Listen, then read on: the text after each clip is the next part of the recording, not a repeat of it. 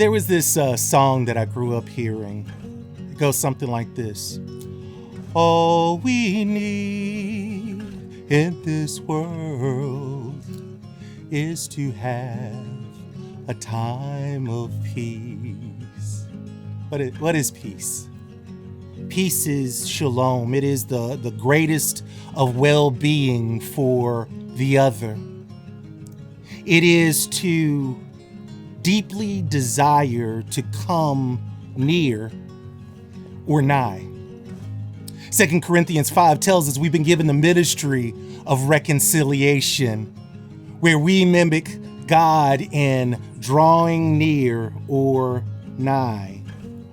The etymology of neighbor is nigh dwelling. It's not to come near quickly or come near for just a visit or just to pass by, but it's to dwell in nearness or nighness to the other. And Jesus tells us in his teaching to love your neighbor as yourself. And if I can push us just a little further, could it be that Jesus is saying, love your neighbor as if they are yourself?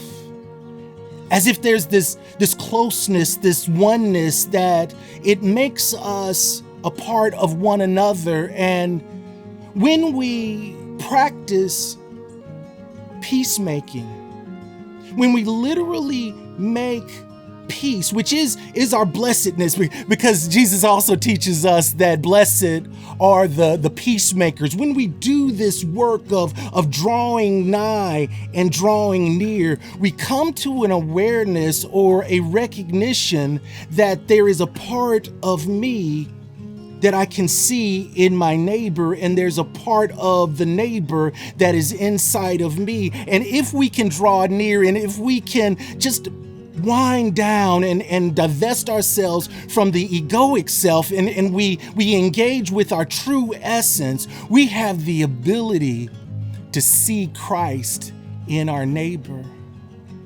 We can move in proximity to the other and draw nigh and dwell there, not only in proximity, but with the heart of the other.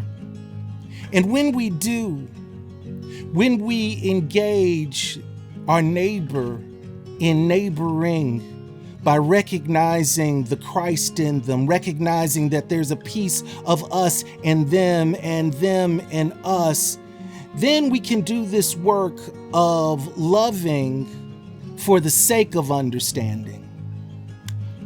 It never works the other way. Often I try to understand someone, and only until I can understand them will I love them. And I find myself giving myself the luxury of never loving because there's always something I don't understand. But if I love first, then I move into deep understanding. This is the practice of neighboring. I remember Lisa, who was the first transgender person I got a chance to walk with and do soul care with. And we cared for one another. We walked with each other through difficult times, and it was a winter where she called the church building and said, "Hey, Eric, I'm freezing. I don't have a coat. Could you give me the money to buy a coat?" And I said, "No, I can't give you the money, but I'd be glad to go and buy you a coat." And so there was a Walmart across from the church building. And so I go to the church building and I immediately go to the men's section to get Lisa a coat. But then I thought, no, I will move in understanding to the women's section to buy Lisa a coat to maintain Lisa's dignity.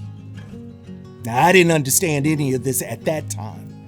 But what I did understand is we can have a lot of questions about how people live their life, but there's one question we will never have to wonder, which is whether or not we should love. Remember, Jesus meets a lawyer who asked the question, "Who is my neighbor?" But in the parable of the Good Samaritan, Jesus never answers the question, "Who is my neighbor?" because the ego will always use that information to determine who is not our neighbor.